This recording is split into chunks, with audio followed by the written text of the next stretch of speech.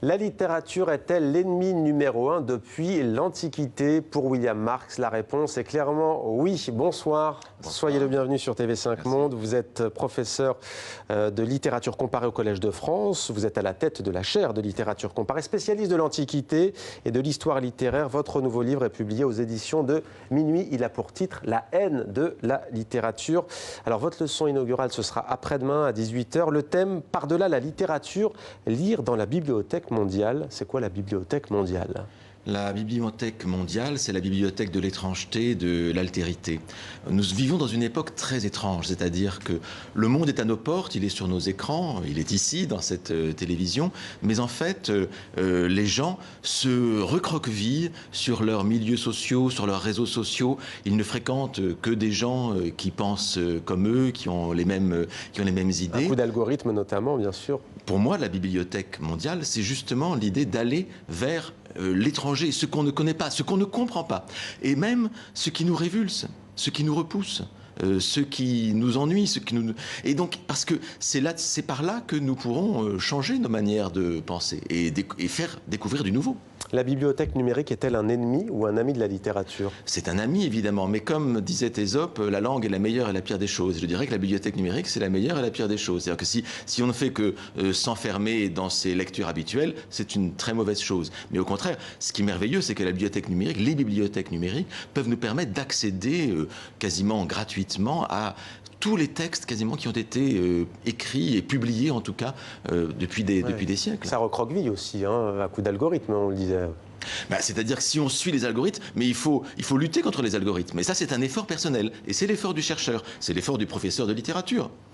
Si je suis payé pour enseigner de la littérature comparée, c'est parce qu'il faut un effort pour aller voir ailleurs ce qui se passe. Alors, ce n'est pas votre premier essai littéraire sur cette question du rapport à la littérature, de ces attaques répétées contre la littérature. Il y avait le précédent notamment, Vie du lettré.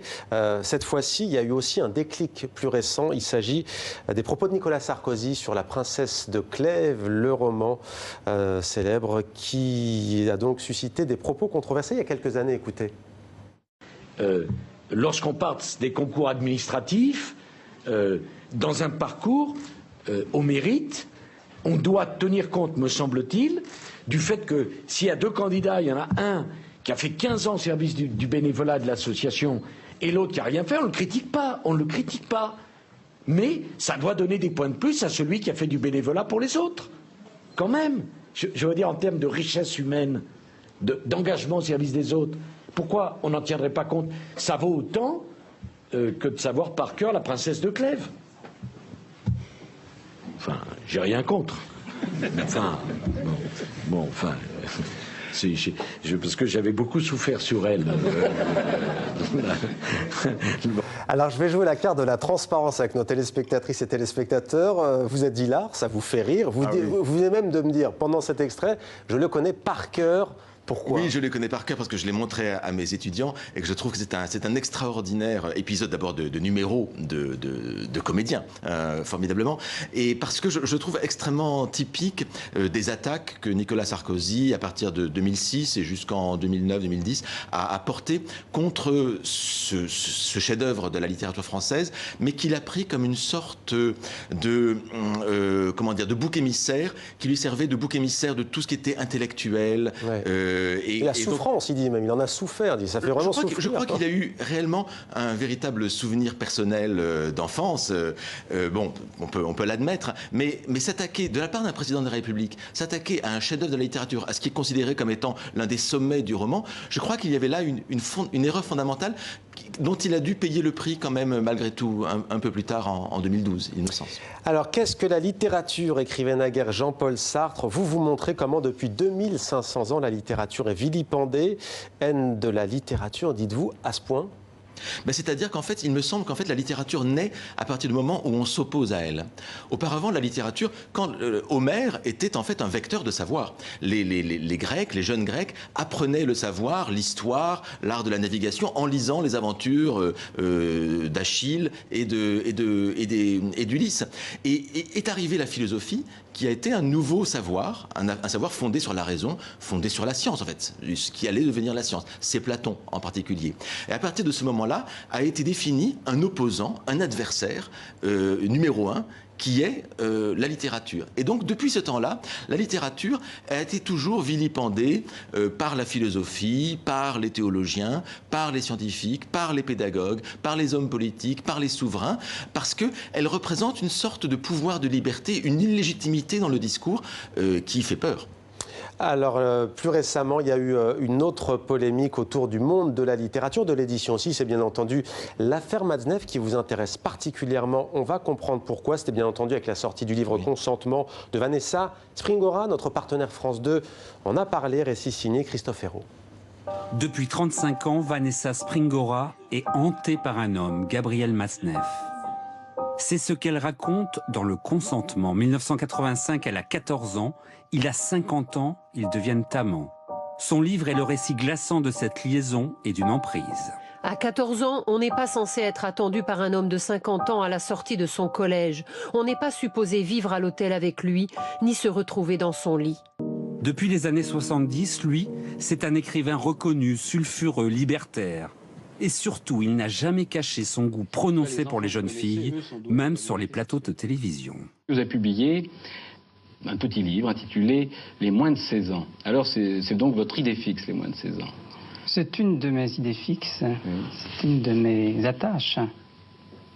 C'est un livre en fait sur l'amour. Mais l'amour avec les moins de 15 ans est un délit. Jamais il n'est vraiment inquiété. Ce sont les années 70-80, les années interdites d'interdire. Pourtant, les droits de l'enfant sont bafoués, mais la plupart des intellectuels ne trouvent rien à redire. Il faudra attendre 1990 dans l'émission Apostrophe où, pour la première fois, il est interpellé par Denise Bombardier, auteure québécoise. Monsieur Matzneff nous raconte qu'il sodomise des petites filles de 14 ans, 15 ans, que ces petites filles sont folles de lui. On sait bien que des petites filles peuvent être folles d'un monsieur qui a une certaine aura littéraire. D'ailleurs, on sait que les vieux monsieur attirent les petits-enfants avec des bonbons. 30 ans plus tard, Denise Bombardier a lu Le Consentement de Vanessa Springora et salue le courage de l'auteur. Pendant que je lisais, je veux dire, plus fort que moi, j'ai lancé des cris. Tellement la description est en distance, en quelque sorte, de l'horreur dans laquelle elle a été, mais elle n'est pas la seule. Mais cet ouvrage pourrait signifier le début d'une prise de conscience du monde littéraire français. William Marx, que vous inspire cette affaire? Cette affaire me fascine depuis le début. Beaucoup de choses ont été dites et écrites là-dessus. Au-delà des affaires de questions de changement de régime de sexualité, l'affaire MeToo, etc. Bien sûr, la chose aurait été différente sans MeToo. Il y a aussi, ce qu'on a moins dit, me semble-t-il, un changement de paradigme de la littérature. Moi, ce qui me fascine dans l'histoire, c'est que tout était déjà sur la table depuis 30 ou 40 ans. C'est-à-dire que Gabriel Matzneff, écrivait ce qu'il faisait dans ses textes. Mais personne n'y faisait attention. Du moins, on y faisait attention, parce qu'il en parlait publiquement, mais comme c'était écrit dans des livres de littérature, la littérature à l'époque était considérée comme étant purement une affaire formelle, qui n'avait pas à voir avec le réel. C'était écrit, donc ça n'existait pas, ou du moins ça existait dans un autre monde, qui était le monde de la littérature. Et donc on pouvait inviter Matzneff sur un plateau, et pour en parler, et alors qu'il bénéficiait de cette sorte d'extraterritorialité du monde littéraire par rapport à la réalité sociale, ouais. Et lui-même en bénéficiait en tant que personnage d'écrivain qui a joui d'un statut évidemment élevé. Tout ce qu'il touchait devenait littérature. C'est comme le roi Midas qui touche tout et tout ce qu'il touche devient or. Tout ce qu'il touchait devenait littérature, et donc les parents apparemment de Vanessa Springora ont livré leur fille si j'en crois ce qu'elle dit, ont livré leur fille plus ou moins à Gabriel Matzneff parce qu'elle entrait, cela dit, par cette manière en littérature. Et pourquoi ça a changé alors? Pourquoi changement de paradigme? Ce qui a changé, c'est que le statut de la littérature, le paradigme de la littérature a changé, je dirais, depuis 15 ou 20 ans. Maintenant, la littérature est beaucoup plus reconnectée au réel. On demande aux écrivains de parler du réel, on demande aux écrivains d'apporter un réconfort aux lecteurs. Et donc, on demande aussi aux écrivains d'être responsables aussi de leurs actes. Ils ne jouissent plus autant de ce même statut d'extraterritorialité. Il me semble que on est passé d'une littérature de type formaliste, pure, vers une littérature qui est beaucoup plus réaliste en quelque sorte et qui veut dire quelque chose de manière très intime au lecteur, qui veut parler du réel. Et donc Matzneff, de cette manière, en paie le prix juste, je dois dire. Merci beaucoup William Marx d'avoir répondu à nos questions. La haine de la littérature, c'est aux éditions de Minuit et donc après-demain, leçon inaugurale au Collège de France. Exactement. Entrée libre et gratuite, mais il faut arriver à l'heure. Merci beaucoup, merci d'être venu.